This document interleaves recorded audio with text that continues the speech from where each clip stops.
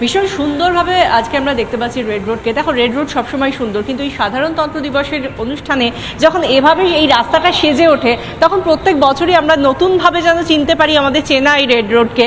এবং তারই মধ্যে আমরা দেখতে পাচ্ছি যে ডান দিকে এবং বাদিকে ত্রিবর্ণ রঞ্জিত কিছু মানে আমরা দেখতে পাচ্ছি রীতিমতো ত্রিবর্ণ রঞ্জিত হয়ে উঠেছে এই জায়গা, এবং সেই সঙ্গে দর্শক আসন রয়েছে ডান দিকে। আমাদের ঠিক ডান দিকের দর্শক আসন এখনো ভরে ওঠেনি, কিন্তু বাঁ দিকের দর্শক আসনটা পার্থকে একটু দেখাতে বলবো যে দেখো এখানে মানুষের ভিড়টা একবার দেখানোর চেষ্টা করব।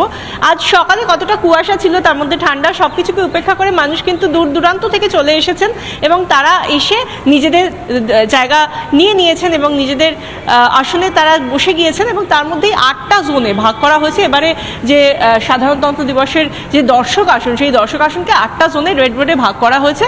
এবং তারই মধ্যে আমরা জানি যে এই অনুষ্ঠানে কিছুক্ষণের মধ্যেই রাজ্যের মুখ্যমন্ত্রী মমতা বন্দ্যোপাধ্যায় তিনি আসবেন, এবং সেই সঙ্গে রাজ্যের যিনি সাংবিধানিক প্রধান অর্থাৎ রাজ্যপাল তিনিও আসবেন। এবং সেই জায়গা থেকে এই জায়গায় একেবারে নিরাপত্তার ঘেরাটোপ দেখতে পাচ্ছি।